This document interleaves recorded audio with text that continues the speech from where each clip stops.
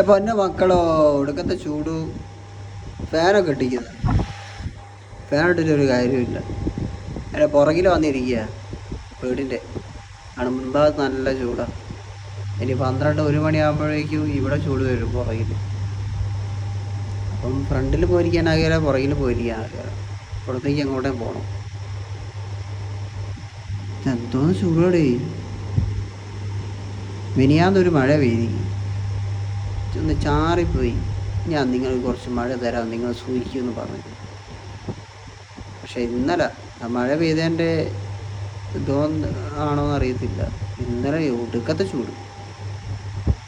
അയ്യോ, എന്നാ ചെയ്യാനാ, സഹിക്കുക തന്നെ.